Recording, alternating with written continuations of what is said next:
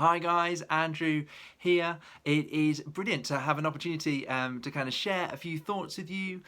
You may have noticed things are a bit different. I've had well, obviously lots of things are different, but I was just going to say that I've had a shave. First time in 6 or 7 months. So if you were wondering if it was my brother, no, it's actually me. Not sure if I will shave again. We'll see. But anyway, we thought because our groups at the Abbey are meeting, maybe that's the CU in the secondary school or kind of Sunday groups or midweek groups, we thought we'd have a go at posting a video each Thursday and then having some resources to go with it as a way of, which we pray will be a way of kind of helping you to grow in faith in the days ahead.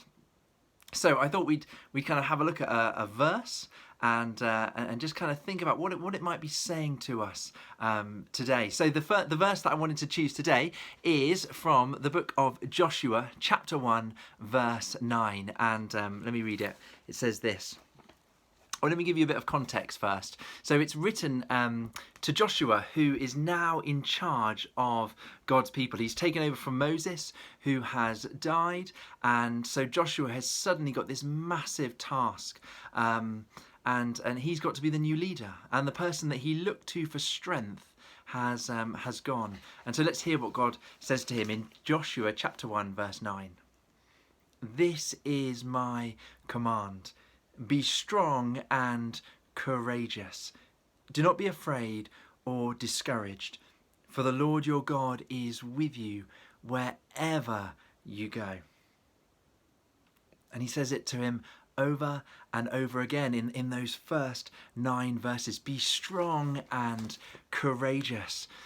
And I think the reason why God needs to say that to Joshua is because Joshua is not feeling strong and courageous. We might think that because he's been chosen as the leader of God's people, he'll feel strong, he'll feel brave.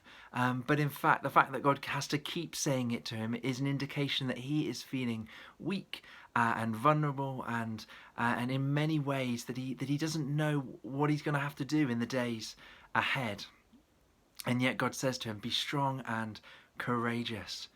And then God says something else to him. He says, do not be discouraged. And I wonder if that's because he knows that actually Joshua will feel weak and vulnerable. Joshua will make mistakes. Joshua will feel sense of uncertainty. And yet God is saying, I know I'm wanting you to be courageous, but when you're not, when you're full of fear and worry, don't be discouraged. Remember that I love you, that I've got a plan for you, and that I'm going to help you. And that's what I pray for each one of us in these days ahead, when we're feeling weak and we're worrying about the situation, to remember that God is with us, that in this unknown future we have a God who we can know, a God who holds the future, a God who wants us to give us a sense of like a firm foundation even when everything around us is changing.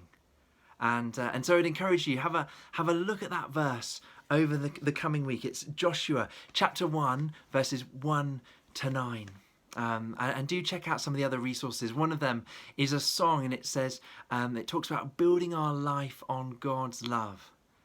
Because things change, and yet God's love never changes. God's love is constant, and God's love is there. It's there for you, and it's there for me. So I'm going to pray, and then do check out some of the resources, listen to the songs, and we'll try doing this again next Thursday. Dear God, thank you that you know us, that you love us, and that you're with us. And we give you those things, those people that we are worried about. And we thank you that you hold us and you hold them and you hold this situation in your hands. And we pray that you would help us and that you would fill us with courage in the days ahead. Amen. Guys, it's been a privilege to have a chance to talk to you and thinking of you. We care about you and praying for you. God bless.